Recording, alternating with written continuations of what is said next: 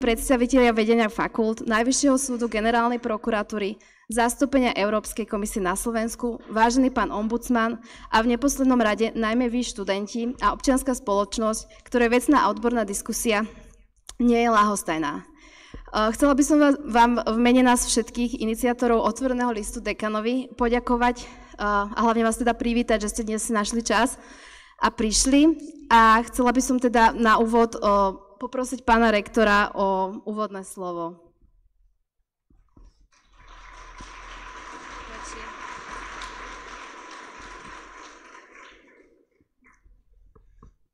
Ctené auditórium, vážené kolegyne, vážení kolegovia, milí priatelia, vzácni hostia.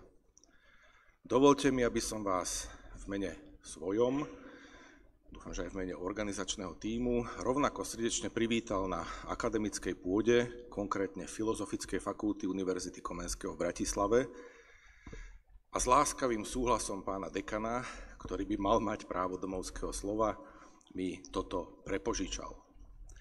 Aby som aspoň čiastočne splatil tento dlh Filozofickej fakulte, tak si dovolím začať, ako už u mňa býva zvykom, Immanuelom Kantom.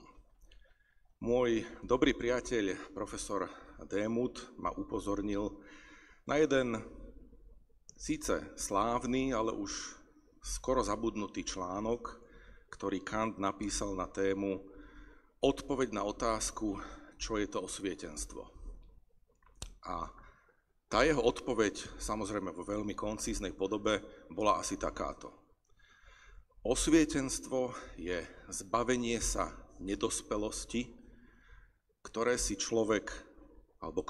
si človek zavinil sám, tým, že nemá dostatočnú odvahu a razanciu používať vlastný rozum. Ja sa v tejto súvislosti zamýšľam, aká je úloha akadémie, univerzít, vysokého školstva, aby tento dlh spoločnosti splatila. Výsledkom je dnešná odborná diskusia. Keď som rozmýšľal, ako ju uviesť, tak som okrem pre mňa všade prítomného Kanta prišiel na to, že súčasná spoločnosť, iste sa zhodneme, trpí mnohými neduhmi. Jedným zo základných je podľa mňa epidémia názorovosti. Každý má zrazu názor na všetko a smelo ho prezentuje bez toho, aby mal odvahu používať vlastný rozum. Prosím len o rešpektovanie klasických prerogatív akademickej diskusie. Ja verím, že to na tejto pôde nemusím obzvlášť zdôrazňovať. Pokojne nech sa zaiskrí, pretože polemika je soľou každej diskusie. Len zdvorilo žiadam, aby táto iskra bola iskrou svetla, ktorá osvieti problematiku, a nie aby bola iskrou požiaru niečoho, čo nikto z nás nechce. Keď som Kantom začal, tak Kantom aj skončím.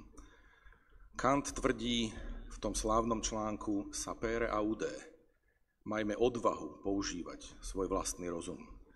A v tejto súvislosti mi dovolte poďakovať sa okrem Filozofickej fakulte Univerzity Komenského v Bratislave a jej dekanovi profesorovi Zouharovi za poskytnutie priestoru, tak aj organizačnému výboru, ktorý tu reprezentujú Marek, Samo, Juraj, Barbara a mnohí ďalší.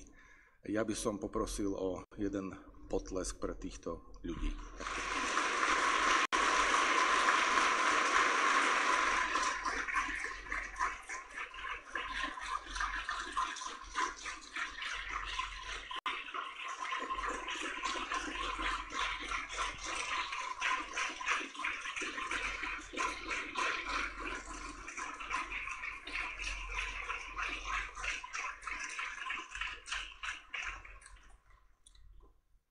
A s heslom, aby sme nielen dnes mali odvahu používať svoj vlastný rozum, by som si dovolil odovzdať mikrofón a slovo. Pokiaľ som správne informovaný, tak za organizačný výbor ešte prehovoria Marek a Juraj. Ja vás ešte raz srdečne vítam a ďakujem, že ste prišli. Všetko dobré.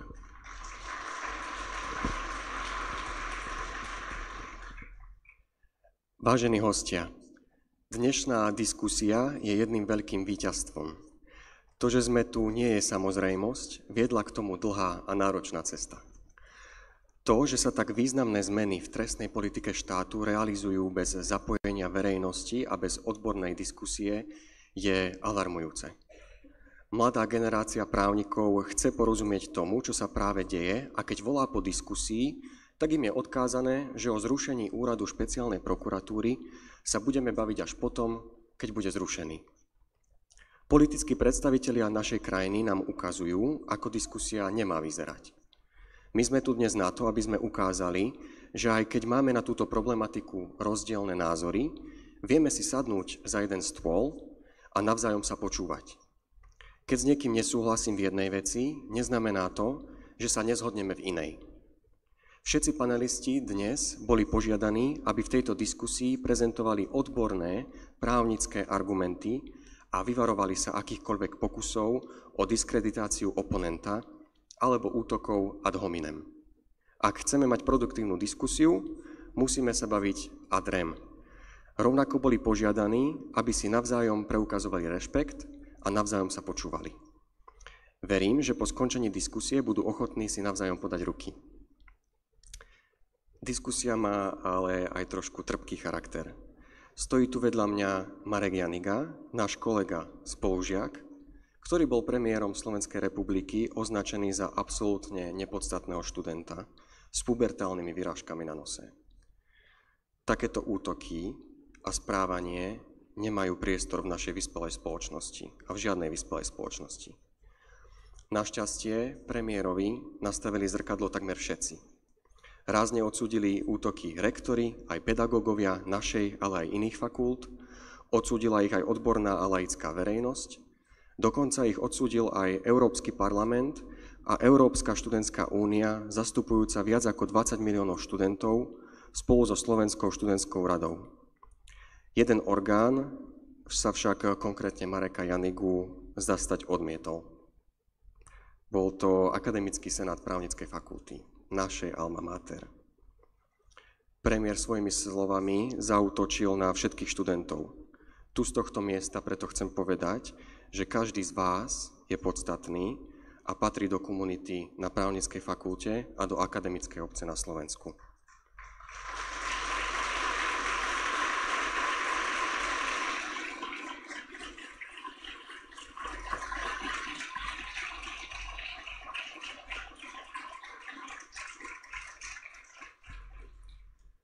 Na také odľahčenie by som ešte povedal, že pred pár dňami sa mi vlastne mojej e-mailovej schránke zjavil e-mail od anonyma s názvom Pekná diskusia, kto ju platí. A tu vedľa mňa stoja ľudia, ktorí zaplatili svojim voľným časom, prebdenými nocami a obrovským úsilím, ktoré do organizácie vložili. Žiadna fascinácia sa nekoná. Za diskusiou sú obyčajní študenti. Nie je to iba nás pár, ktorí tu stojíme, ale aj všetci tí, ktorých ste stretali pri vstupe či v šatni. Veľká vďaka patrí predovšetkým im, pretože bez ich tvrdej práce by sme tu dnes nestáli. A veľká vďaka patrí aj všetkým vám, slušným ľuďom, ktorí ste nás počas celej doby podporovali. Osobitne chcem vyzdvihnúť aj milé medzifakultné spojenia, vďaka ktorým dnes môžeme stáť na tejto pôde. Asi budem hovoriť za všetkých z nás, že nie je suma, ktorá by vynahradila dobrý pocit z toho, keď nám naši pedagógovia povedali, že robíme dobrú vec. A nech vydržíme. Či keď sme od našich spolužiakov počuli, že nás plne podporujú a ďakujú za to, čo robíme. A preto vám chcem popriať, aby sme si spolu vypočuli veľmi plodnú diskusiu.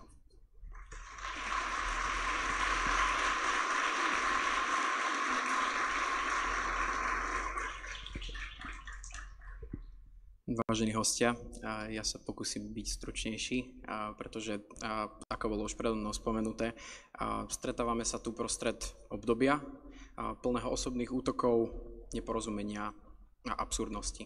Namiesto parlamentu sa k pripomienkam k zákonu diskutuje na akademickej pôde, namiesto právnickej fakulty sa k právu diskutuje na pôde filozofickej fakulty a namiesto profesorov a docentov odbornú diskusiu organizujú pre niekoho možno absolútne nepodstatní študenti. Táto na prvý pohľad nepríjemná situácia nám však hovorí jednu dôležitú vec. A to, že ak tu je na niečo spoločenská objednávka, tak je to na slušnú, vecnú a odbornú diskusiu. My sa preto snažíme nestávať sa na barikády, práve naopak. Chceme na našich školách, pracoviskách či rodinách ísť cestou, ktorá nebude ľahká, ale vedie k vzájomnému porozumeniu bez ohľadu na to, akú cestu sme si pre našu krajinu vysnívali my sami. Už pri organizovaní tejto diskusie sme si určili 3 kľúčové slová. Diskutovať, počúvať a spájať. Diskutovať je to moment, kedy sa dve strany navzájom považujú za partnerov hodných diskusie a bez ohľadu na rozdielne názory sa nenalepkujú ako slniečkári alebo dezoláti. Počúvať, jeden biblický verš sa veľmi kriticky stavia k našej tendencii nepočúvať sa navzájom a hovorí, že odpovedať skôr, ako si vypočul, je hlúpe a hanebné. Spájať a napriek vzájomným rozdielom sa vieme spoločne postaviť za elementárne hodnoty demokratickej spoločnosti a právneho štátu. Ani my sami ešte úplne nevieme, ako dokonale diskutovať, počúvať či spájať. A ako študenti máme tú výsadu, že niekedy veci ani nemusíme úplne vedieť.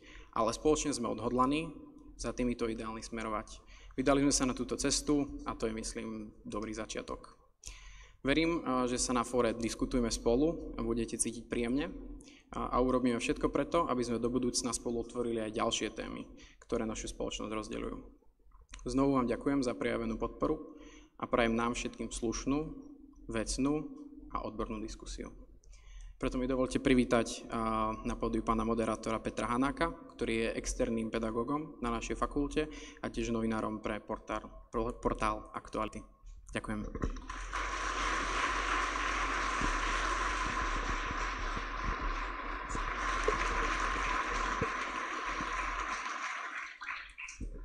Dobrý večer, ďakujem pekne. No a ja už bez ďalšieho zdržania rovno pozvem hostí, prvých diskutujúcich.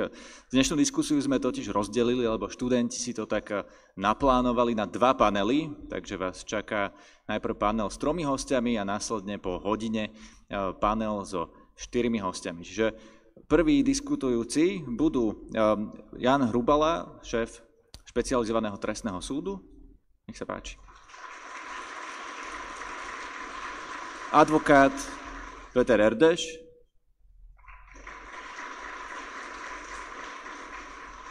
a profesor trestného práva z našej fakulty, pán Tomáš Strémy.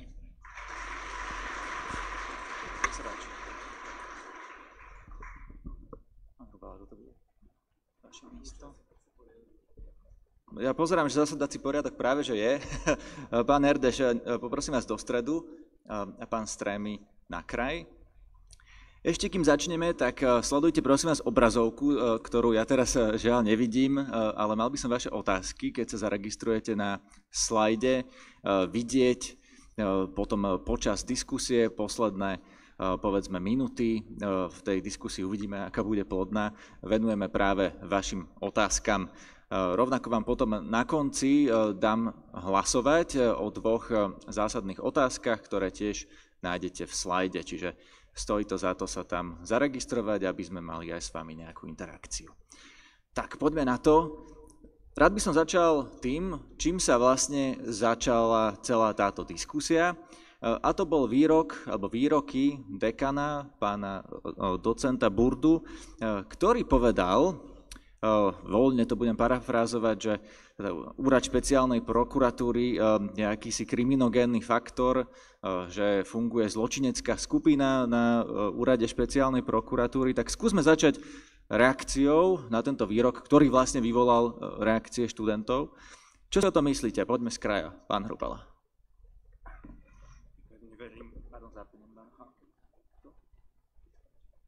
Pevne verím, že sa nám v trojici a potom vo štvorici podarí dodržať okrem iného aj Immanuelov Kantov kategorický imperatív, zjednodušene na tento typ diskusie, možno ktorý spočíva v tom, že budeme slušní. Nebudeme sa vzájomne nálepkovať, Všetci máme právo na svoj názor a dnes ho budeme všetci prezentovať. Ja veľmi otvorene nemám s tým absolútne žiadny problém a to nezameranie sa ad hominem sa určite pokúsime dodržať. Prosím, dovolte mi nekomentovať výrok akademika v zmysle, že či sa mi páčil alebo nie. Prepáčte, skôr mi ide o to, či je to odborný výrok, či sa dá považovať za odborný, alebo je to možno výrok nejakého iného charakteru. A teraz naozaj vás nenavádzam na ad hominem útoky, iba začnime tým naozaj, že čím táto diskusia sa začala. Ja trochu spolupracujem v rámci vzdelávania aj s psychológmi, ktorí sa venujú interaktívnemu spôsobu vzdelávania. A posledné, na čo navádzajú študentov, frekventantov rôznych tréningov a kurzov, je to, aby nálepkovali ostatných. Skúsme pomenovať veci hodnotiacimi súdmi, ktoré sú iného než takého dehonestujúceho nálepkového charakteru, nálepkovacieho charakteru. To znamená, z môjho pohľadu, a tak ako prichádzame do kontaktu s advokátmi, prichádzame do kontaktu aj s prokurátormi, veľmi často vám nedáme za pravdu a sú prípady, pán kolega Erdoš mi to potvrdí, naposledy dosiahol oslobodzujúci rozsudok na našom súde v Senáte, kde som sedel. Veľmi často vám a prokurátorom dáme za pravdu, ale veľmi často vám, prokurátorom a advokátom za pravdu nedáme. To je všetko, čo k tej veci ja chcem povedať. Ja neregistrujem zločineckú skupinu ani zo strany advokátov, ani zo strany úradu špeciálnych prokurátorov. Registrujem prokurátorov, ktorí sa snažia, obhajcov, ktorí sa snažia a od nás, my sme tí poslední, tu hovorím ako prvý, dostanú spätné väzby v rámci rozsudkov. To je všetko, na čo sme spôsobili a čo budeme robiť aj v budúcnosti. Hodnotiť spôsobom, ako dekan Burda to urobil. Ak je to pravda, ja som to osobne nepočul, si ja nie len, že netrúfnem, ale ani nedovolím. Ďakujem. Pán Erteš. Ďakujem pekne. Tak prvom rade chcem poďakovať organizátorom za pozvanie do tejto diskusie. Na úvod by som chcel takisto vyjadriť ako takisto študent právnickej fakulty Univerzity Komenského radosť nad tým, že teda je tu záujem zo strany študentov diskutovať a majú záujem o veci verejné.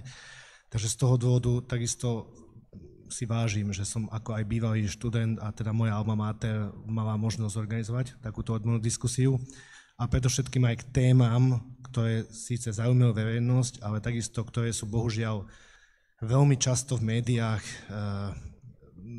argumentačne otáčané do politiky. A ja som sa vždy veľakrát vyjadroval, či už to bolo v akýchkoľvek rozhovoroch, že politika do trestného práva nepatrí. A to je to najhoršie, čo sa môže udiať, či to bolo akékoľvek vláde, ak sa teda pretavovala politika do trestného práva. Ale vo vzťahu k tej vašej otázke, aby som reagoval, tak samozrejme takisto mne neprináleží hodnotiť a určite nebudem komentovať nie výrok pána dekana, ak teda samozrejme takýto odznel, ale výrok kohokoľvek. To znamená, že keďže sme tu sa dneska stretli, aby sme odborne diskutovali, tak ako povedal aj pán predseda, neprináleží nám takéto niečo komentovať. Avšak samozrejme, pokiaľ niekto má akékoľvek poznatky o tom, že niekde sa môže páchať trestná činnosť, tak samozrejme je tu oznamovacia povinnosť a z toho dôvodu teda sú tu orgány činné v trestnom konaní, ktoré takéto skutočnosti prípadne môžu preveriť. To znamená, to je môj komentár k tomu, ak teda takéto niečo odznelo. A zároveň teda by som teda v tom súvislosti chcel ešte uvieť, že teda ak teda je tu dneska nejaká vôľa zákonodárcov, v tomto prípade teda politikov, ktorí sú poslancami Národnej rady, tá je tu dneska prednesený nejaký návrh, ktorý je momentálne v Národnej rade, tak samozrejme my sme tu od toho prítomní a ja ako advokát samozrejme budem veľmi rád diskutovať o tom tým argumentom, či v prípade takejto prijatej novely, či už trestného poriadku, alebo zákonného prokurátora, alebo trestného zákona, dojde akémukoľvek ohrozeniu nejakých princípov právneho štátu. Áno, tam sa ešte určite dostaneme. Ďakujem. Pán profesor, tak dúfam, že nebudete reagovať podobne, že nechcete reagovať, pretože ja tým mierim vlastne k tomu, čo povedal teraz pán Erdeš, že sú nejaké politické výroky, my chceme zostať v tej právnickej rovine. Je to odborný výrok, ktorý patrí do tej debaty, možno ten právnický, alebo by ste ho označili za ten politický, že teda je tam nejaká organizovaná skupina, kriminogénny faktor. Nemal to pán dekan ohlásiť možno? Ako trestný čin na príslušných miestach? Nie, že by som túto otázku nečakal, popravde.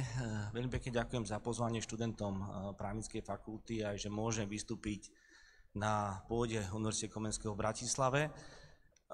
Popravde, v piatok večer, minulý týždeň, písali študenti o 21.08, mi to cinklo na telefóne, teda či sa zúčastním. Ja som sa na to vyspal a na druhý deň ja už som bol presvedčený, teda večeri sa zúčastním, som odpísal, že veľmi rád prídem. Oznámil som aj túto informáciu docentovi Burdovi, môjmu dekanovi, nakoľko som prodekan právnickej fakulty Univerzity Komenského v Bratislave, na čo im povedal, vyjadruj sa ako chceš, si slobodný a tak sa aj budem vyjadrovať. Učím kriminológiu takmer 20 rokov, napísal som k tomu 4 učebnice ešte s pánom profesorom Dianiškom, čiže viem, čo sú kriminogénne faktory aj vnútorné a vonkajšie. A hodnotiť niečo, či ide o paragraf 296,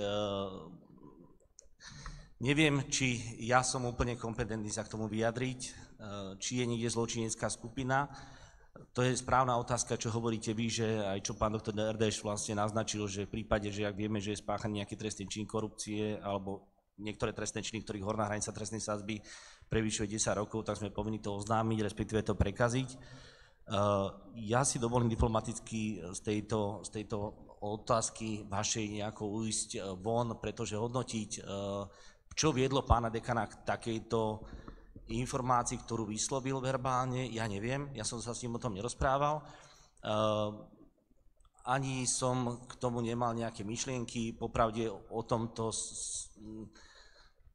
nemám dôvod sa s ním o tom rozprávať, aby som to nejako zhrnul a ja na tú situáciu mám nejaký názor, som rád, že tu je diskusia, som rád, že je diskusia možno pred tým, ako by sa mal zrušiť USP.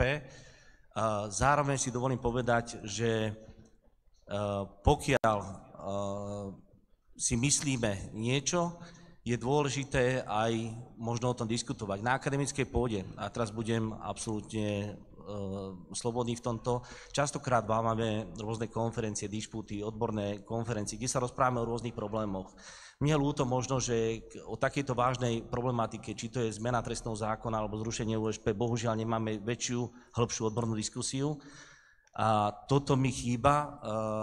Častokrát my to tu máme na vedľajšej budove a potom, keď je tu takýto určitý problém, diskusiu nemáme a to ma mrzí o to viac. Dlhodobo sa venujem restauratívnej justícii, možno 18 rokov, niečo o tom viem.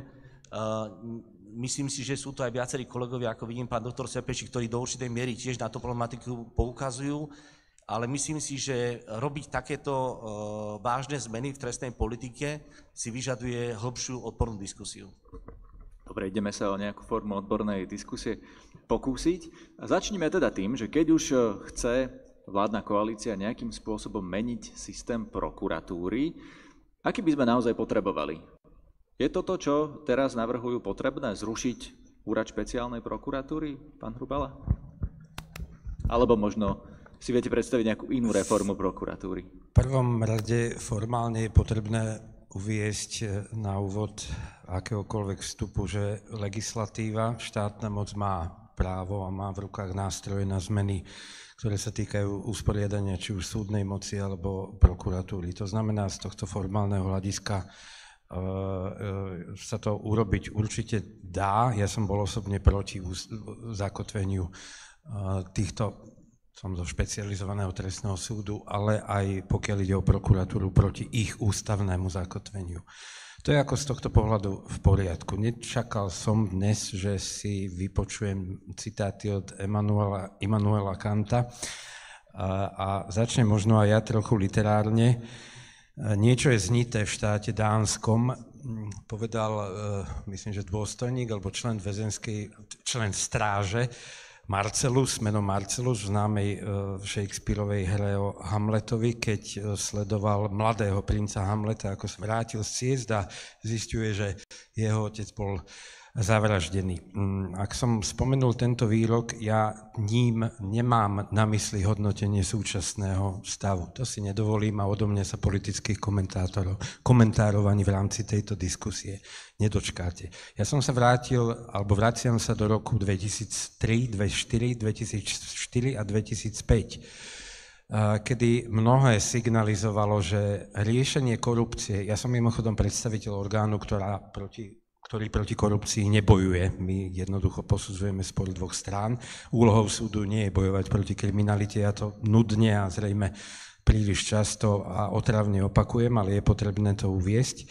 Ale my sme boli v tých rokoch v situácii, kedy mnohé signalizovalo, že naozaj je niečo znité v štáte dánskom a vtedajší legislatívci, vtedajšia politická moc začala pracovať na, nazvem to zjednodušene, špecializácii. A teda vymysleli v dobrom slova zmysle, podľa môjho názoru, nielen špecializovaný trestný súd, ale aj úrad špeciálnej prokuratúry. Otázka, vypočul som si názory aj tu prítomných kolegov v rámci nejakých večerných aktivít a počúvania diskusí.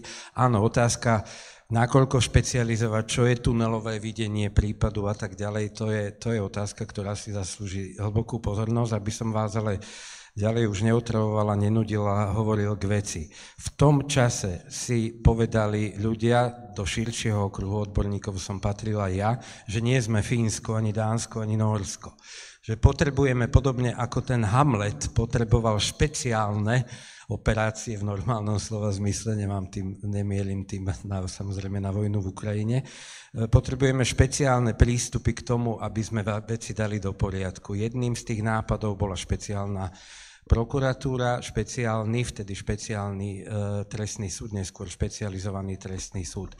Je to dôležité povedať preto, lebo vtedajšia moc si povedala, že potrebuje oddeliť ten košiar a urobiť jedného baču v košiari, ktorý má na starosti boj proti korupcii a nechať mu samostatnosť. Ja osobne som patril do skupiny odborníkov, ktorá bola ešte za väčšiu samostatnosť špeciálnej prokuratúry.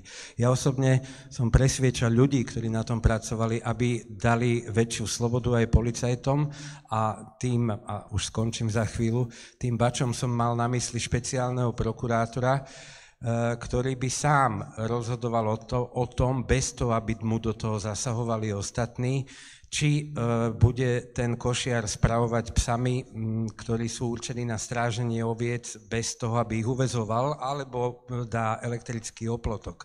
Pevne verím, že toto prirovnanie je zrozumiteľné. Som za samostatnosť tohto úradu, som proti zrušeniu tohto úradu a samozrejme ďalšie argumenty môžem podoprieť aj logistickými číslami, štatistikami a aj tým, že ak k tomu dôjde, je naozaj nespočetné množstvo problémov, ktoré to spôsobí a za behu ich budeme riešiť a skomplikuje nám to prácu.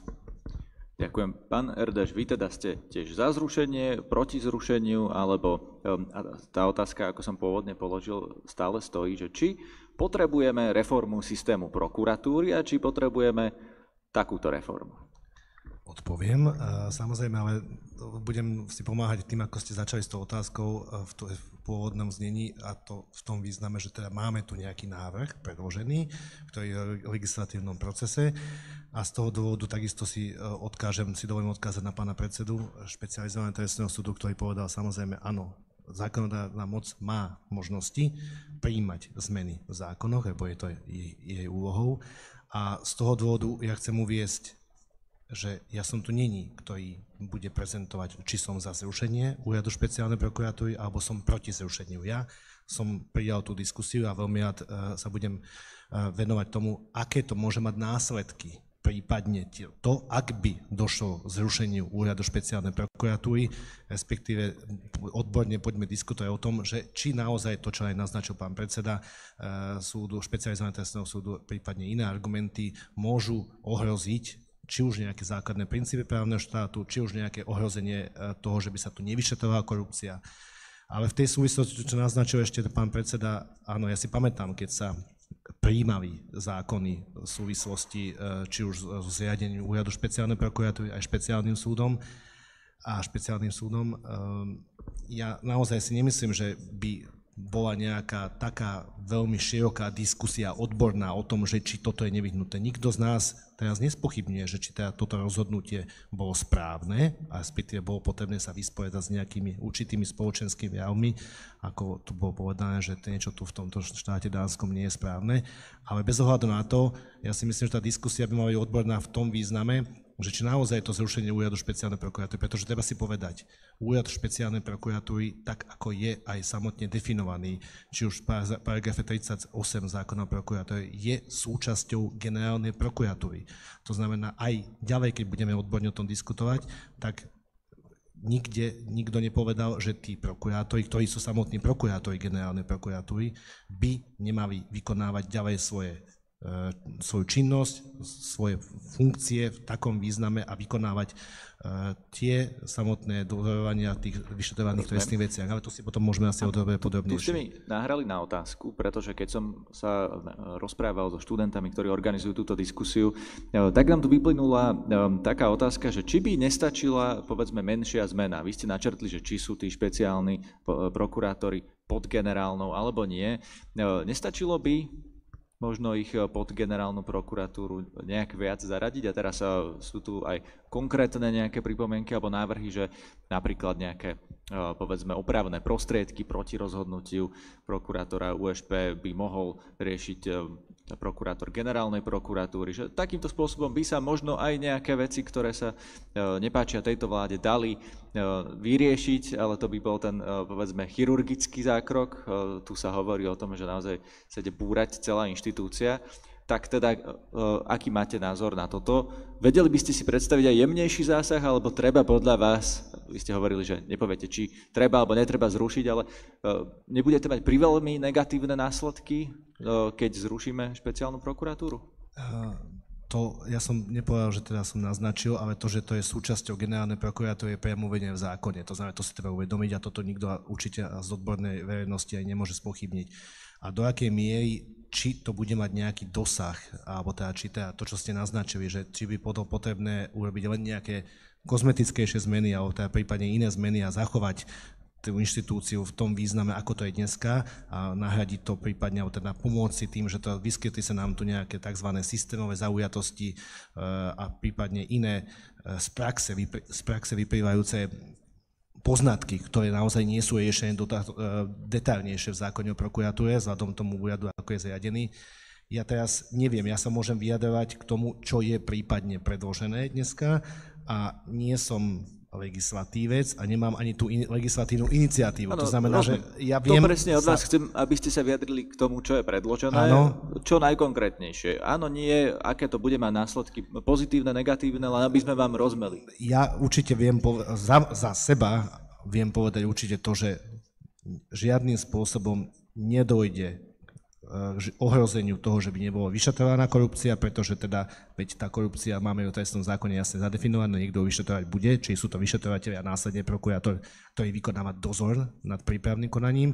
To znamená, či ten prokurátor bude súčasťou generálnej prokuratúry v rámci nejakého iného pôsobenia úpravy prokuratúry. V žiadnom prípade nemôže dojsť tomu, že by došlo nejakému ohrozeniu. A teraz nielen korupcia, pretože my máme rôzne iné trestné činy, ktoré spadajú do právomoci ako špecializovaného trestného súdu a od toho odvodzujúc v zmysle zákona o prokuratúre úradu špeciálnej prokuratúry. Takže si myslím, že prokurátori, ktorí pôsobia aj dneska na úrade špeciálnej prokuratúry, ako bolo aj dnes niekde v médiách uvedené, budú takisto pôsobiť ďalej na generálnej prokuratúre.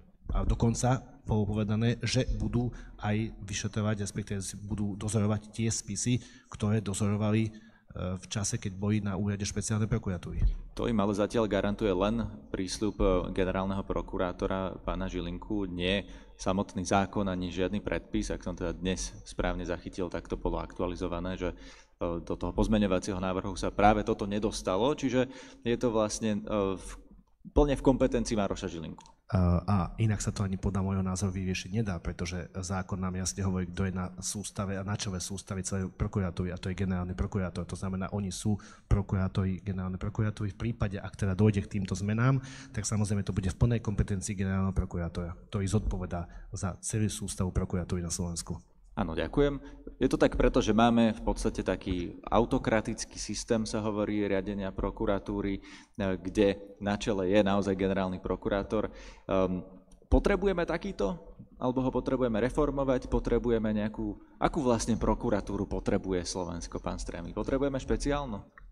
Keď som sa hlbšie zamýšľal na to prokurátorov všeobecne, a to je súvisia možno aj s pozvaním ešte pani prezident, keď sme boli v roku 2020 u nej a rozprávali sme o prokuratúre ako orgáne, či ho treba reformovať, či je románsko-germánsky, alebo je taký, alebo onaký, tak keď som spravil rešerš publikácií, tak sú dostupné na trhu dve monografie. Jedna je Dejiny prokuratúry v Československu, alebo pardon, na Slovensku do roku 2014, to ešte vydal pán profesor Čenteš, docent Čanta a doktor Považan. A druhá vyšla v nedávnej minulosti, asi pred 2 rokmi, kde sme porovnávali celú 27 v rámci Európskej únie, v čom sa líši slovenská generálna prokuratúra od ostatných prokuratúr, alebo práve, a teraz narazím na tú publikáciu od pána profesora Čenteša, že tam bol prijatý určitý úzus v rámci aj Benátskej komisie toho, že bude sa porovnávať, ako funguje v ktorej krajine prokuratúra, a vyšli z toho tzv. Monitorovacie správy, ktoré sme potom aj v tej publikácii, kde sú autori Popeliová, Ozoráková a ja, do určitej miery porovnávali v roku 2018, 19, 20, aké kompetencie má náš slovenský generálny prokurátor v porovnaní s inými krajinami Európskej únie. Tento výstup som ešte vtedy aj referoval pani prezidentke Slovenskej republiky, že u nás generálny prokurátor má z tých 7 kompetencií porovnávaných všetkých 7, ale treba povedať, že aj iné krajiny, a to je záver aj tej publikácie, majú takýto viac pomer kompetencií, ale nie je to v takom veľkom meradle. Napríklad to, že sú také široké tie kompetencie, sme to porovnali z tej 27, že majú 7 štátov, zároveň, že či môže dávať pokyny generálny prokurátor, nie negatívne pokyny, ale pokyny ako všeobecného charakteru, môžu dávať ďalšie 4 členské štáty Európskej únie, to je zhruba 15% členských štátov Európskej únie, čo inak ostatné krajiny majú upravené tak, že to má u nás tzv. Rada prokurátorov. A ten posledný výstup je taký, že čo sa týka nadriadenosti, respektíve vymenovávania a odvolávania prokurátorov, tak generálny prokurátor má u nás tiež v tomto vyššiu právomoc, že má to len 1/3 členských štátov Európskej únie, ale ja to zhrniem len ten výstup z tej monografie, že zhruba ďalších 6 štátov má podobný z tých 7 porovnávaných kategórií, ja ich môžem aj vymenovať, ja toto mám aj so sebou, a to sú všeobecné usmernenia, vydávať pokyny v konkrétnych prípadoch, hodnotiť prokurátora, povýšiť prokurátora, odobrať konkrétny prípad, rozhodnúť o disciplinárnom opatrení, alebo preložiť prokurátora bez jeho súhlasu. U nás má generálny prokurátor všetkých tieto bodky v rámci monitorovacej správy. Nadviažem. Áno.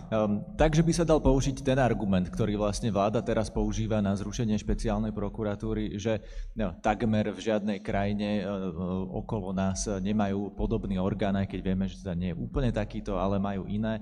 Čiže dalo by sa povedať, že generálneho prokurátora s takouto silou tiež nemajú takmer v žiadnej krajine okolo nás. Hovorili ste, že možno v 6 z 27, že? 1/3 členských štátov Európskej únie, takže nie je takmer v žiadnych, ale 1/3 členských štátov Európskej únie. To znamená, ak to zoberieme čisto akademicky, a ja som najmä akademikom, my na Slovensku do tejto miery sme sa takto až nevenovali. Pán profesor Čenteš napísal k tomu viacero publikácií, ale ja som v tých jeho článkoch nenašiel, kde by robil komparáciu so zahraničím. Čiže hovoriť o tom, že už o úrade špeciálnej prokuratúry už vôbec takmer žiadne publikácie neexistujú. My sme sa dokonca ani tiež v tej našej monografii tomu nezaoberali. Chceli sme len porovnať, lebo bola tu vtedy určitý dopyt o tom, či budeme meniť prokuratúru, našu generálnu, alebo nebudeme meniť. Tak sme k tomu dali nejaký výstup a ten sme referovali ďalej a zostalo to zatiaľ tak, ako to je. Pán Hrubala, vy sa mi hlásite o slovo, tak ja by som to ešte doplnil, lebo tu mám špeciálne na vás, že vy ste to vlastne sledovali, ako pracuje úrad špeciálnej prokuratúry, lebo ich obžaloby pristávajú vám na stole. Čiže zvýšila sa tá kvalita tých obžalob tým, že vznikol úrad špeciálnej prokuratúry, jednoducho tie veci, ktoré oni robia lepšie, ako keby ich robili prokurátori niekde na okresoch, krajoch? Teraz by som sa ja rád vyhol nálepkovaniu, o ktorom som už hovoril. Ja poviem v rozsudku, čo si myslím o obžalobe. Ale pracoval som aj na okresnej úrovni, pracoval som aj na krajskom súde a prokurátori veľmi dobre vedia, čo si my o ich obžalobách myslíme, niekedy ich aj odmietame. Ja som to urobil, myslím, 1 alebo 2-krát aj kvôli tomu, že som vytýkal obžalobe nedostatok náležitosti, ktoré obžaloba má mať. Nepohodil som mimochodom s týmto názorom na Najvyššom súde, ale ja by som možno, a to tiež bude odpoveď na vašu otázku, prečítal. Výnimočne som si teraz doniesol písomné poznámky k tejto debate. Čo o tejto problematike si myslia samotní prokurátori, čo si myslí Rada Európy o tom, toto je správa Rady Európy o úrovni a dodržiavaní právneho štátu v Slovenskej republike. Nevytýkajú nám, že máme špeciálnu prokuratúru, že máme špecializovaný trestný súd. Skôr naopak, oceňujú Manival, Greco, skupina štátov boja proti korupcii, oceňujú tieto inštitúty a nikoho ani nenapadne zatiaľ, lebo to nie je môj názor, ja citujem, čo hovorí Európska komisia. Ale čo hovorí Consultative Council of European Prosecutors, to je CCPE, to je konzultatívny orgán prokurátorov, je citované ich stanovisko aj v tejto správe. V európskych normách sa stanovuje, že zainteresované strany alebo obete môžu napadnúť rozhodnutia prokurátorov o nezačatí trestného stíhania. Vždy sa bavia o tom, že sa nezačína trestné stíhanie, nie o tom, že sa začína a zneužíva, ale môže sa zneužívať trestné stíhanie. Ja naozaj pripúšťam, že k tomuto môže dochádzať.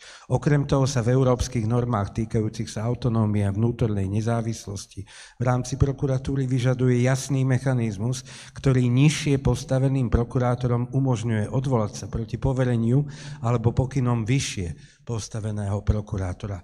Zakončím to zjednodušene. Vidím tu niekoľko tvári z prokuratúry.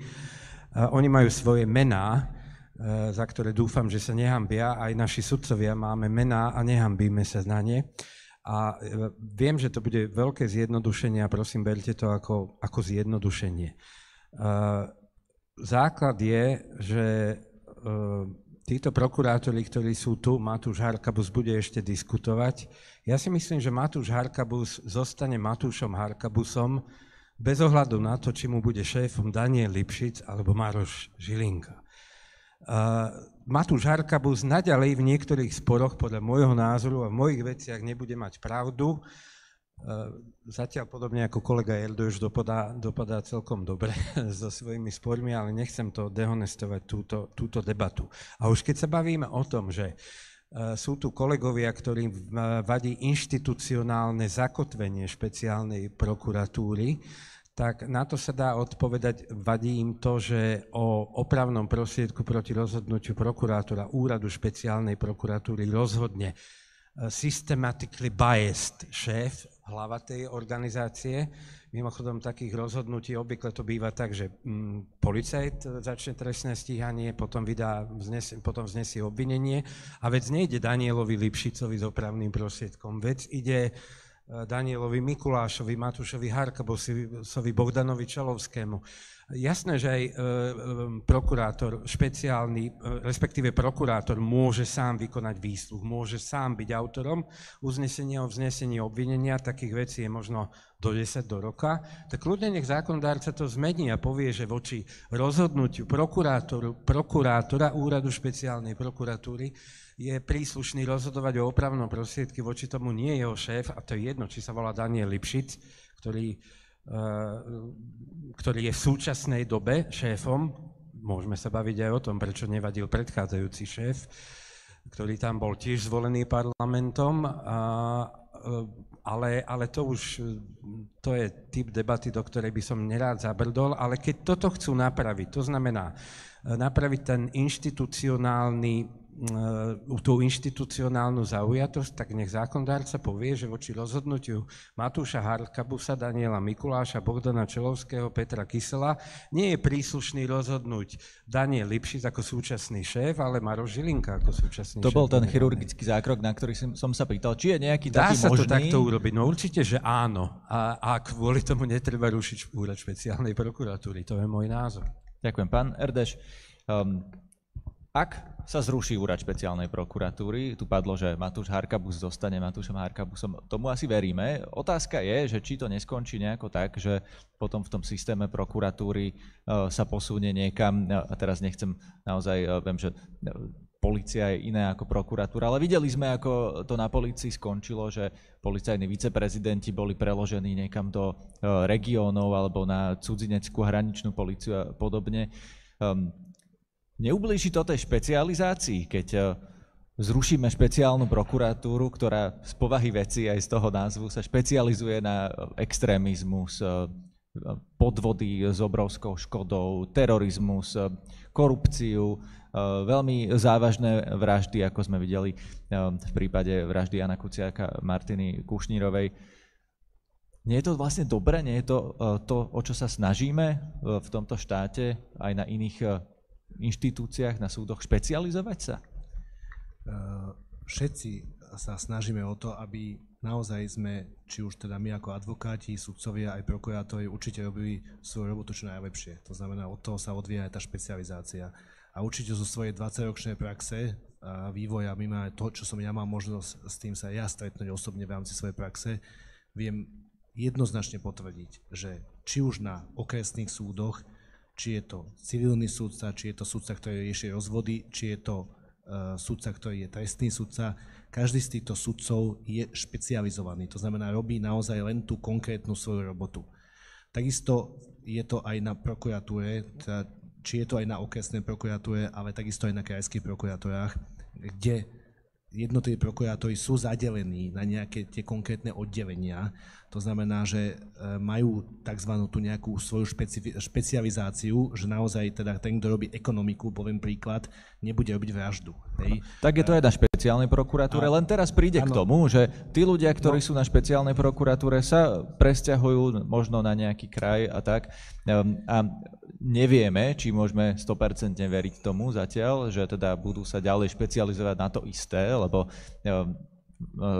generálny prokurátor slúbil aspoň to, že im zostanú tie dočasné spisy, alebo tie, ktoré teraz majú, ale nevieme, že či sa budú môcť ďalej špecializovať ten, ktorý sa špecializuje na extrémizmus, povedzme na to isté na tom kraji. To chcem len dokončiť tú myšlienku v tej súvislosti, že treba historicky ich spätne, kde teda došlo k nejakej vytvoreniu teda úradu špeciálnej prokuratúry, čomu predchádzalo, čo bolo takisto konkrétny osobitný odbor vytvorený na generálnej prokuratúre, ktorý sa venoval tzv. Organizovanému zločinu, ktorý v tom čase dokonca šéfovala pani doktorka Mišíková. Hej. To znamená, že my sme už v tom čase mali na generálnej prokuratúre vytvorený takýto osobitný odbor. To znamená, z toho dôvodu si myslím, že naozaj je nevyhnutné a nikto z nás nespochybňuje, aby teda aj na úrovni či už generálnej prokuratúry boli tieto osoby, alebo teda respektíve teda boli prokurátori, ktorí sa špecializujú. Rovnako teda, čo mám ja vedomosti aj z hľadiska nejakej medzinárodnej, nazveme to úrovne, ktorú teda, či už je to Európska komisia, ktorá sa k týmto veciam vyjadrovala, tak teda predovšetkým ich hlavným argumentom a záujmom je, aby tu došlo, aby nedošlo narušeniu špecializácie, nakoľko tí prokurátori, napríklad, ktorí vyšetrujú aj tie trestné činy súvisiace s poškodzovaním záujmov európskych spoločenstiev, oni musia mať také tzv. Osobitné odborné vzdelanie v tej súvislosti. To znamená, ja nepochybujem o tom a nemám akúkoľvek obavu, že tu dojde k zániku špecializácie tých konkrétnych prokurátorov a som rovnako presvedčený o tom, že tí prokurátori, ktorí sú odborne zdatní, budú vykonávať svoju prácu rovnako odborne zdatne, ako vykonávali doteraz.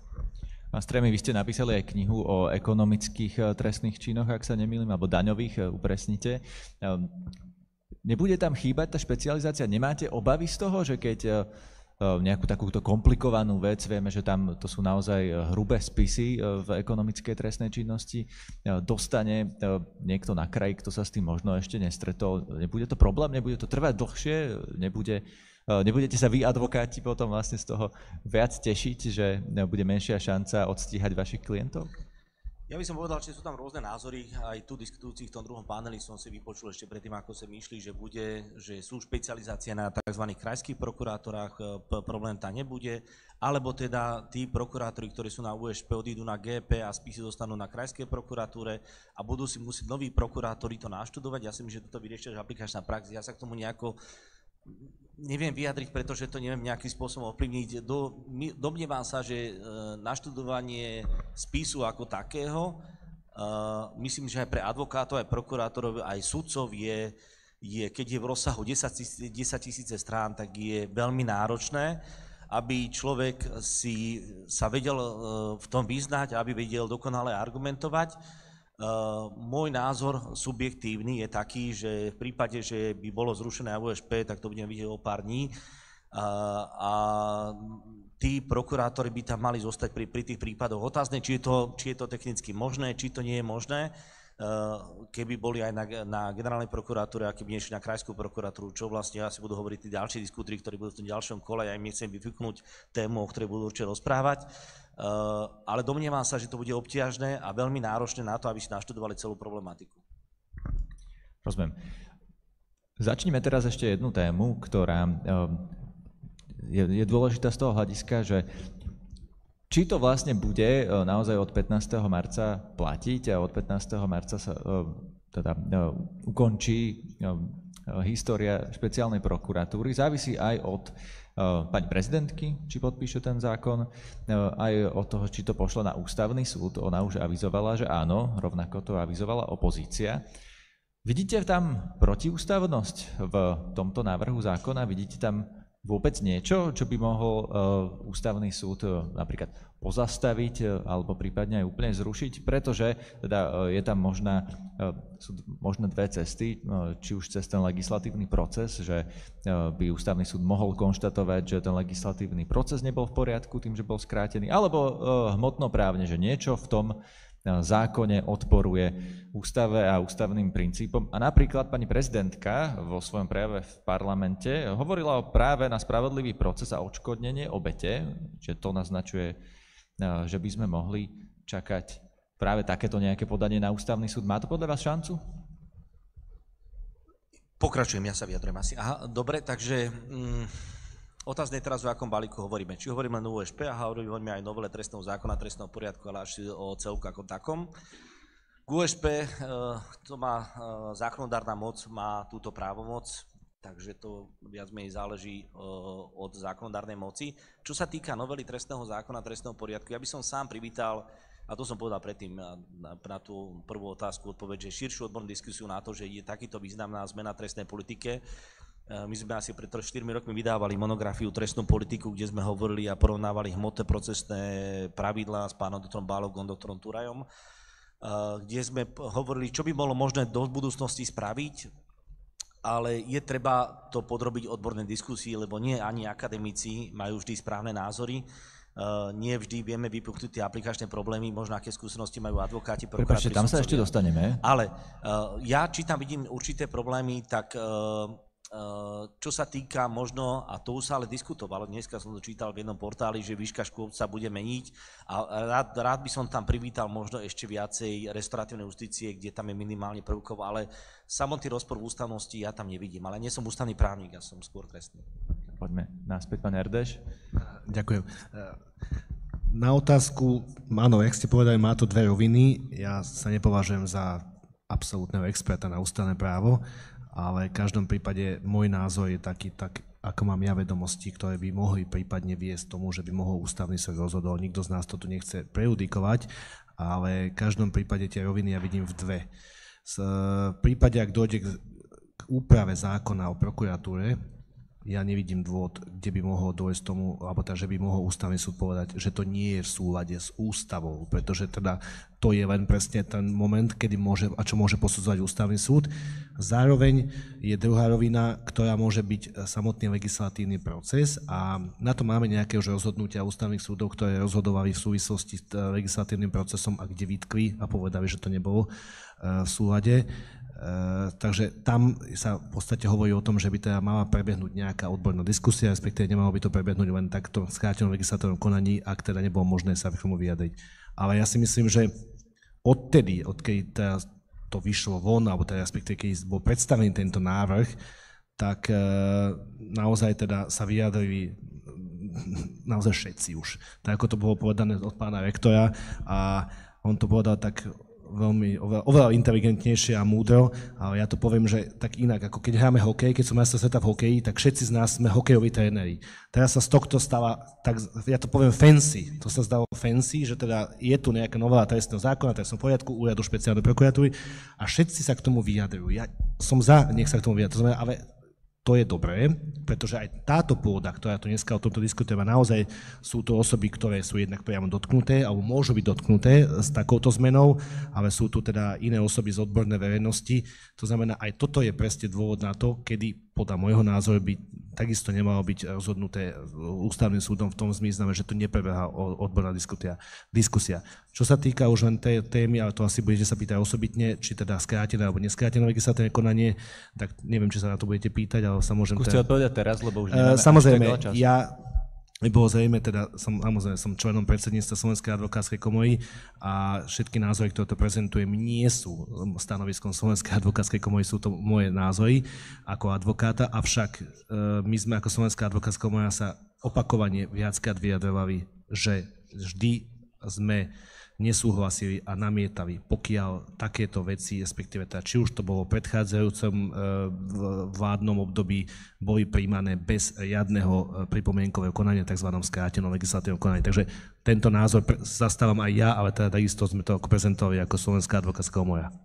Ak tento názor bude mať aj ústavný súd, tak môže sa ešte stať, viete si to vôbec predstaviť, že by ústavný súd v podstate aspoň dočasne zachránil existenciu úradu špeciálnej prokuratúry tým, že by povedal, že celý ten návrh bol prijatý nesprávne v skrátenom legislatívnom konaní a nemá platiť, mal by sa od začiatku príjmať v riadnom legislatívnom konaní. Viete si to predstaviť?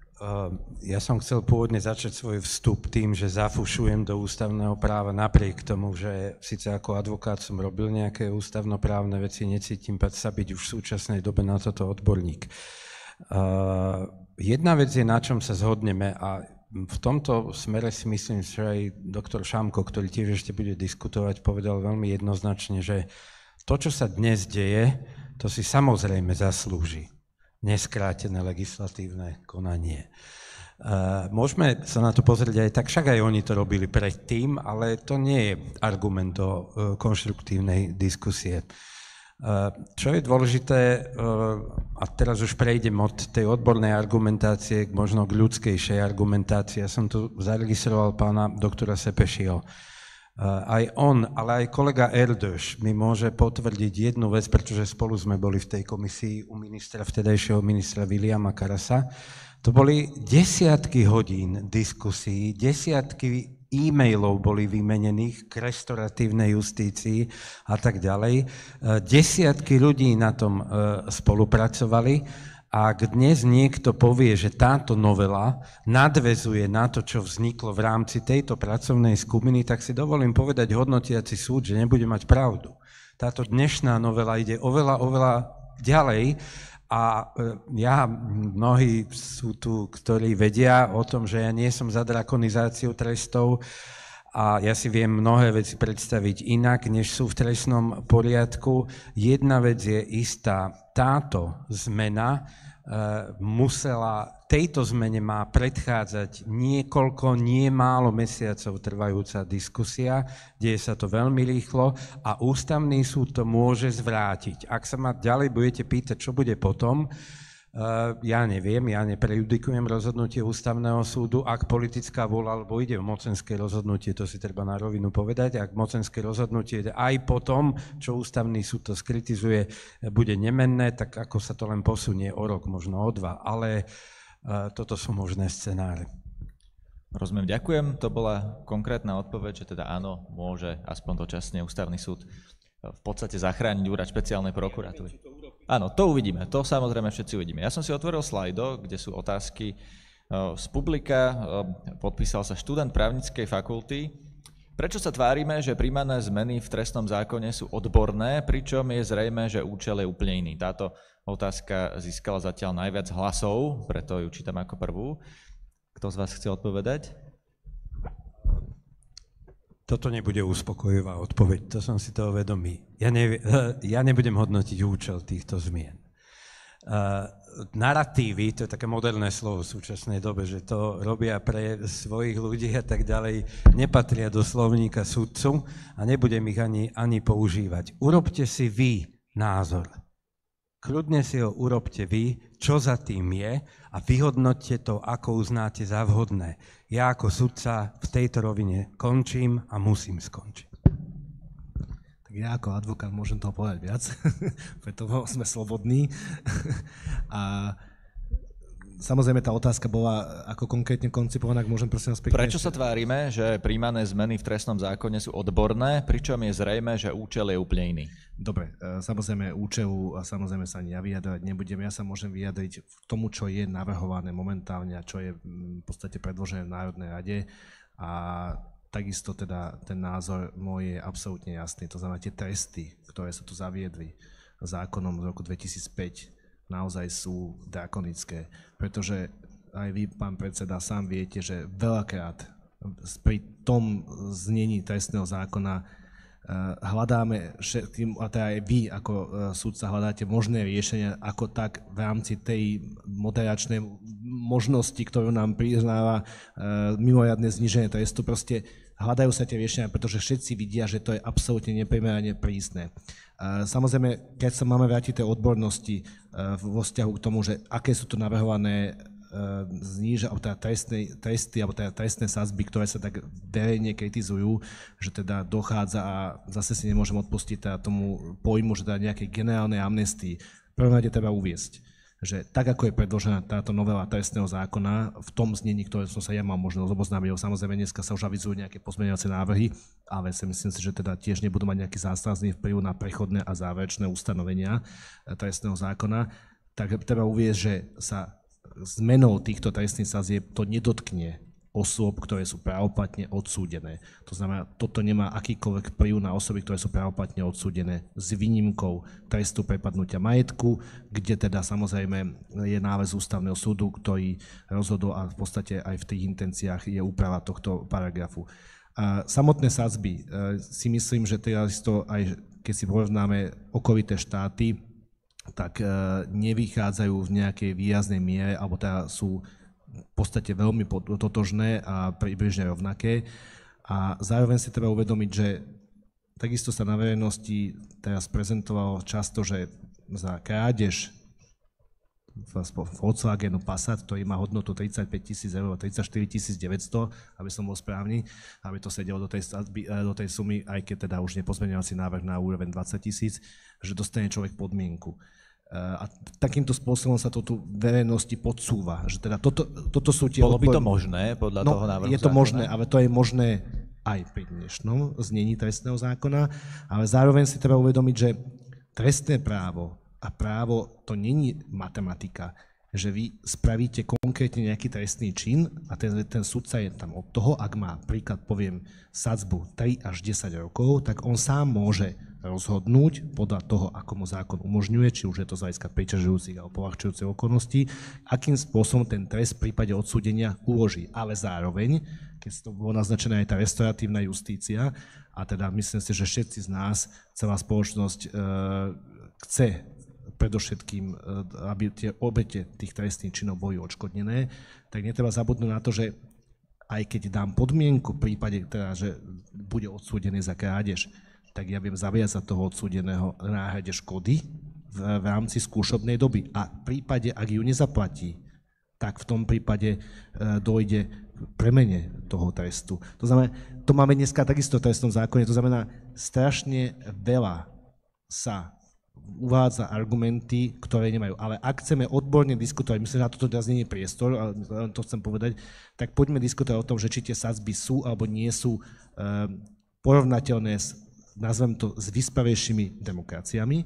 Ale ešte jeden argument, prepáčte, a netreba zabudnúť na to, aké to boli trestné sadzby k predchádzajúcom zákone splatnom ešte od roku 1961, kde teda naozaj tie sadzby boli výrazne nižšie a na to máme štatistiky, ktoré vieme porovnať od roku 2006 až do dnes, že naozaj nedošlo nejakému výraznému zníženiu kriminality, ani nejakému výraznému zvýšeniu objasnenosti trestných činov, dokonca naopak. A rovnako máme len nárast počtu odsúdených ľudí vo výkone trestu. A to je ten princíp tej restoratívnej justície.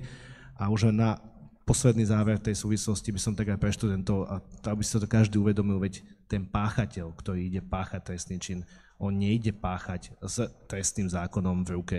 On predtým, ako ide niečo spraviť, on si nepozrie, že teda naozaj toto je ten dôvod, teda, že nejdem to spraviť, lebo teda mi hrozí na to 10 až 15 rokov, hej, tak nie. To naozaj, toto nie je účel toho, že teda týmto spôsobom práve, že naopak našim cieľom by malo byť to, aby sme tú spoločnosť vychovali tak, aby naozaj čo najmenej ľudí naozaj bolo nútené páchať tú trestnú činnosť. Pán Streme, vy ste odborníkom práve na restoratívnu justíciu, viem, že ste o tom tiež napísali knihu a viem aj, že ste zástancom znižovania trestov a na tom sa zhoduje množstvo odborníkov, že áno, tresty treba znížiť, ale treba ich znížiť teraz a takto? Dovolím si povedať, že restoratívna justícia, hovorím to úmyselne, viackrát sa venujem možno od roku 2010, sú tam verejne dostupné publikácie, sú na internete, sú stiahnuteľné a spravil som to z jediného dôvodu, ešte v roku 2014, to je prvý zborník, sú takto 4 publikácie dostupné, aby sme spravili osvietenstvo v pojmu restoratívna justícia a nemá to nič spoločné aj s touto vládou, ani predchádzajúcou, ani tou ďalšou. Robili sme ešte tento projekt v Trnave, na ktorý sme potom tu v Bratislave nadviazali do určitej miery. Znižovanie trestov, keď som sa pripravoval ešte asi pred 3 hodinami, som si čítal taký výskum, ktorý som napísal s profesorom Kurim z nemeckého Max-Planck inštitútu a poukazoval na zaujímavý výskum v Nemecku, že v 50 rokoch tí, ktorí dostali trest odňatia slobody, bolo to ich okolo 80%, išli do väznice, tak oni zmenili tú systematiku tak, že teraz je len 7% ľudí do väznice, nie 80% ľudí.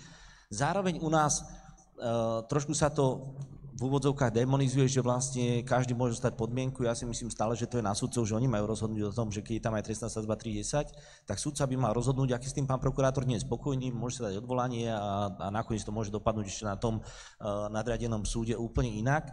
Ale pri trestných sadzbách, a teraz budem konkrétny téma, poznávajú študenti z právnickej fakulty, keď hovorím to, že študent si zafajčí jednu marihuanu a si ju traja rozdelia, tak môže dostať na Slovensku, lebo ju vyšeruje medzi 3 a viac osoby, 10 až 15 rokov. Ja mám s týmto veľký problém, lebo podľa mňa to nie je správne, keď mladých ľudí, a teraz poviem celkové čísla, budem akademický, máme zhruba 10 800 ľudí vo výkone trestu, zhruba 2000 ľudí je za drogy. Podľa mňa to nie je v poriadku, že my mladých ľudí dávame na 6,8 roka do výkonu trestu, respektíve cez 39, odsek 3 to vieme dať na 5 rokov, ale musí ísť na 5 rokov, do Ilavy, do Leopoldova, tak si to predstavte, všetci máme asi viac menej detí, alebo máme príbuzných.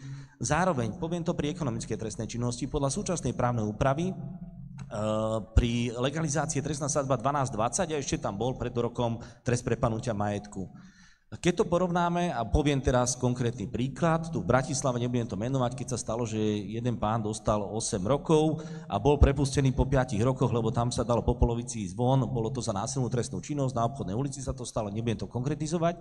Po 5 rokoch bola to násilná trestná činnosť, ten pán išiel von po 5 rokoch, ja to nespochybním, veď to je v poriadku, keď si splní podmienky, lebo dostane skúšobnú dobu, ale za ekonomickú trestnú činnosť taký pán môže ísť von pri 12 rokoch, ak dostane dolnú hranicu trestnej sadzby, von po 9 rokoch. Ja som robil aj také porovnávanie, že pri znásilnení môže ísť von po 4,5 roku, kde znásilní páchateľ mladistvu 17 ročnú, ide von po 4,5 roku. Pri legálnej trestnej činnosti ide po 9 rokoch. Pri lúpeži to je možno po 7,5 roku. Keď to porovnávam, mne z toho vychádza, že pri tej ekonomickej a majetkovej trestnej činnosti bohužiaľ tie trestné sadzby sú vyššie. Vieme o výskumoch, ktoré nie sú zo Slovenska. Tie publikácie sú dohľaditeľné, je ich cestovku, ktoré sme vydali. Tých publikácií, kde sa venujeme tomu dlhodobo, že možno to poďme robiť inak. Poďme to robiť formou alternatívnych trestov a restoratívnej justície, že skúsme dať tomu páchateľovi, prvopáchateľovi určitú možnosť sa napraviť a keď sa nenapraví, nech ide do výkonu trestu, je to recidíva, ale zase to záleží nie od prokurátora a advokáta, ale od sudcu, ktorý by sme mali dôverovať. Pán profesor Šámal, keď mi u nás bol chvíľku zamestnaný aj ako vyučujúci z právnickej fakulty Karlovej univerzity v Prahe, venuje sa tejto problematike dlhodobé a hovorí, viete, zlyhania sú všade. Zlyhania sú v sudcoch, advokátoch, prokurátoroch, ale sú jednorázové, respektíve zlyhania sú všade, vo všetkých profesiách, ale preto nedemonizujme celú tú oblasť, ako demonizujeme teraz povedať právnik, tak pomaly to je nadávka. Ja by som bol rád, keby sa robila možno väčšia osveta, ale to sa ťažko stane. Dokonca bola aj v rámci výskumu o probácii a mediácii robili výskum European Probation Funds robil takú výskum, že prečo vlastne krajiny, ako je Slovensko, Česko, Maďarsko, tak neskoro zavádzajú probáciu od roku 2003. My sme práve aj vďaka pánovi doktoru Lobšicovi prijímali ešte alternatívne tresty do slovenského trestného zákona v roku 2005, ale problémom bolo to, že tam zostal paragraf 34 odsek 6 trestného zákona, že ak horná hranica trestnej sadzby prevyšuje 5 rokov, tak to musí byť trest odňatia slobody. Čo sa väčšinou dáva na Slovensku? Podmienka. Tých je 20 000 ročne. Nepotrestový okolo 5 000, lenže podmienok je veľa neadresných. My dáme podmienku v súčasnosti okolo 70%, ale povieme, dobre, tak raz za týždeň raz za mesiac sa dostav na PAMu, probačnému mediačnému úradníkovi a uvidíme, ako sa máš, pozdravíme, dobre, vedieš dobrý život, ideš preč a toto sa robí možno 3 roky. Toto podľa mňa nie je v poriadku, lebo my tých ľudí neprevychovávame, my sa o nich nestaráme potom v rámci postpenitenciárnej starostlivosti a ja nehovorím, že to bude možno robiť ten návrh, mne tam chýbajú viaceré prvky restoratívnej justície, ako trestná mediácia, ako to, že musí byť, keď páchateľ chce nahradiť škodu, že tam takéto niečo musí sa zaviesť. Ale vítam ako také znižovanie trestných sadzieb, lebo si myslím, a tu som povedal, že to naozaj sa súhlasím s pánom doktorom Erdősom, že máme drakonické trestné sadzby. Čiže rozumiem vám správne, že ten návrh je restoratívny málo. Malo by tam byť podľa môjho názoru viac prvkov restoratívnej justície, ako napríklad využitie podmienečného zastavenia, zmieru, keď páchateľ zaplatí škodu a zároveň my to máme aj v súčasnosti, že môžeme to, ja som sa s pánom docentom Šantom o tom rozprával, že môžeme zaviazať toho páchateľa, aby v rámci skúšobnej dobe zaplatil škodu. Otázne je teraz, či keď to nezaplatí, či môžem predmeniť podmienku alebo nemôžem. Ja si myslím, že tie prvky restoratívnej justície, ako napríklad trestná mediácia, ktoré je kľúčové slovo v rámci restoratívnej justície, by tam malo byť. Ale teraz sa zastavím, ja som ten návrh, ten už pozmenený nevidel, takže nemám ho k dispozícii, iba som videl, že má nejakých 22 strán, takže neviem sa k tomu relevantne vyjadriť. Ďakujem. Pomaly nám vypršal čas, tak mal by som dať vám vlastne záverečné slovo, ale ešte predtým položím ešte jednu ďalšiu otázku, ktorá tiež získala teda veľmi veľa hlasov vás z publika a tá znie. V indexe vnímania korupcie sa posunulo Slovensko zo 60. miesta v roku 2020 na 47. v roku 2023. Neznamená to, že práve činnosť USP v posledných rokoch vníma slovenská spoločnosť pozitívne, pán Hrubala? Neviem, ja začnem atypicky.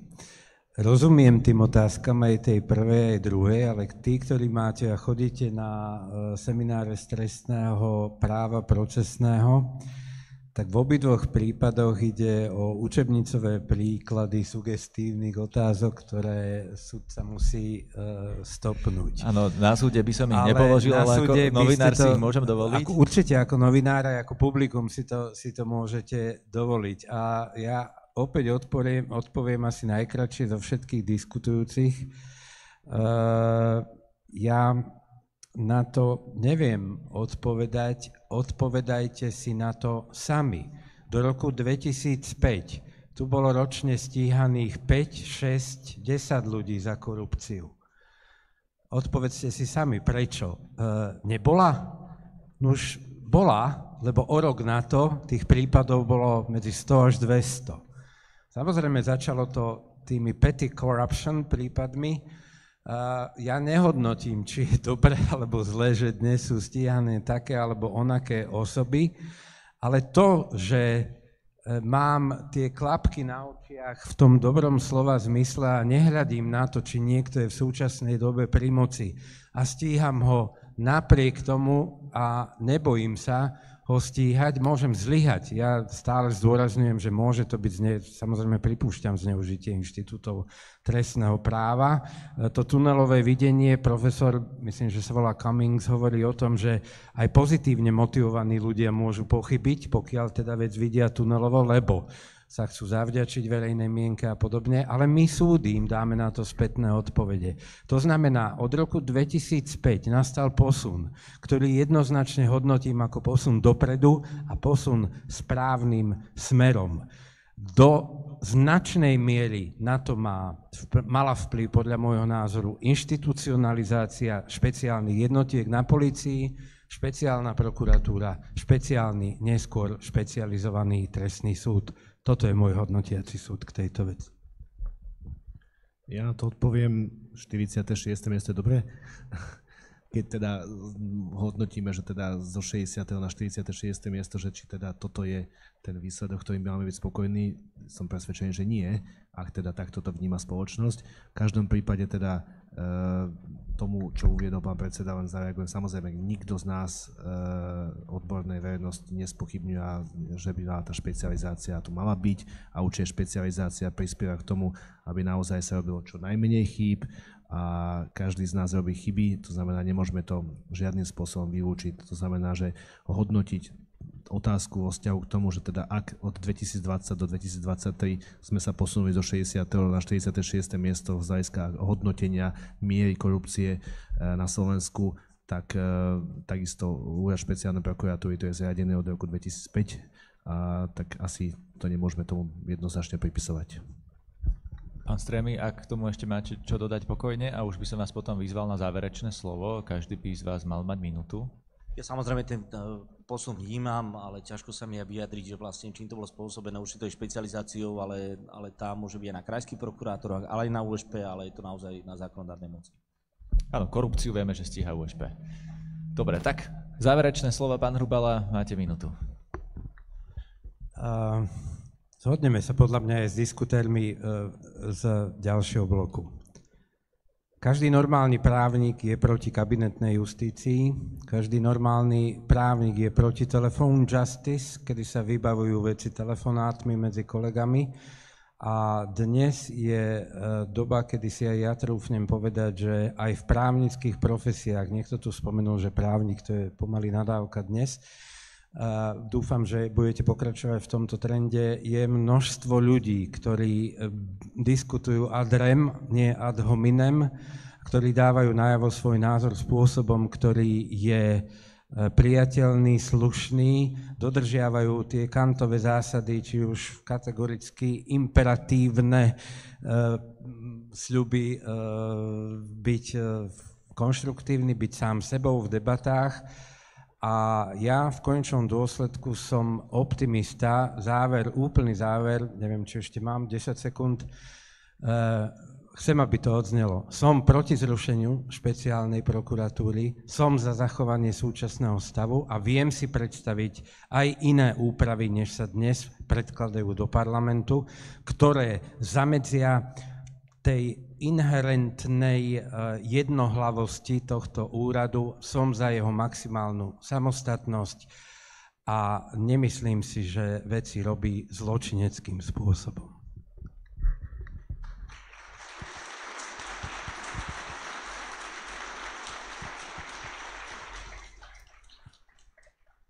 Ja, aby sa neurazila akademická verejnosť, pán rektor, pán dekan a aj iní, samozrejme akademici, aj odborná verejnosť, ja sa predovšetkým prihovorím študentom, lebo som sa vrátil do študentských čias, keď vidím a naozaj sa teším, že študenti majú takýto záujem o veci verejné a chcem povedať, že ako som to už raz niekde v jednom rozhovore použil, že nik nevlastní štát, právo ani zákon. A tento váš záujem o veci verejné si zachovajte. Zachovajte si ten ideál, tú silu, ktorú cítite o tieto veci, ktoré sa týkajú aj vášej praxe do budúcnosti, pretože mnohí z vás tu sedíte, ktorí budú raz advokáti, budú raz sudcovia, budú raz prokurátori.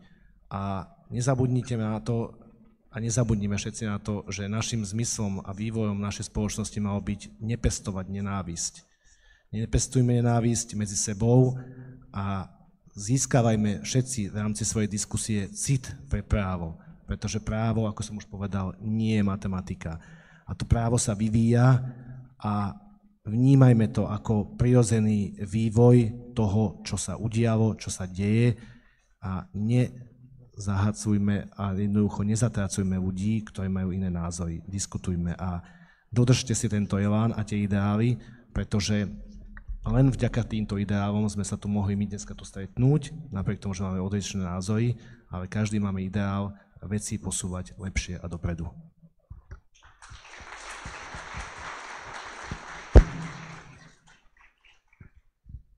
Ja veľmi pekne ďakujem za kultivovanú diskusiu. Som rád, že sa snad naplnil v tom prvom paneli ten cieľ, ktorý mali organizátori. Som veľmi rád, že som tu mohol byť aj s vami, milí hostia. Sa teším, že tu sú aj druhí diskutéri, ktorí idú v druhom paneli po nás. Som rád, že to študenti zorganizovali a že je tá diskusia nie o zrušení a som rád, že som tu prítomný a vôbec to neľutujem. Čo by som si prial? Bol by som rád, keby sme v budúcnosti možno pochopili to, že dávať niekoho do výkonu trestu na dlhú dobu nie je správne. Prijať niekomu to, aby bohužiaľ v slovenských väzniciach, ktoré nie sú zrekonštruované, ale ja viem, že nemáme ani nemáme zdravotníctvo a iné zariadenia, ale nezabudnem na poslednú návštevu väznice, budem konkrétny, v Nitre, kde mi hovorí ten pán, že som tu za 2,8 minút, čiže ohrozovanie pod vplyvom návykovej látky, ale viete, ani v Anglicku sa ku mne správali, že tam mi dávali dohovory, pokuty a dávali mi možno nejaké mediácie, tu ma rovno dajú ako zločinca do väzby a nemôžem ísť odtiaľto preč. Skúsme nájsť pochopenie možno aj pre takýchto ľudí. Ja viem, že teraz to ešte nie je možné, ale verím tomu, že v blízkej alebo možno v ďalekej budúcnosti to možné bude. Možno nie v tomto návrhu a som za to, aj bola hlbšia odborná diskusia. Bohužiaľ to vyzerá tak, že nebude. Budem rád, keď určité zmeny budú vykonané, lebo to, čo sme sa tu rozprávali o násobkách škôd, že budú 700, teraz 20 000, alebo teda 250 000 a 650 000, možno o tom treba diskutovať, ale ja nemám tú právomoc. Myslím si, že toto by si zaslúžilo hlbšiu diskusiu, ale pri výklade alternatívnych trestov nechcem sa hrať s páchateľmi a hojiť im nejaké rany,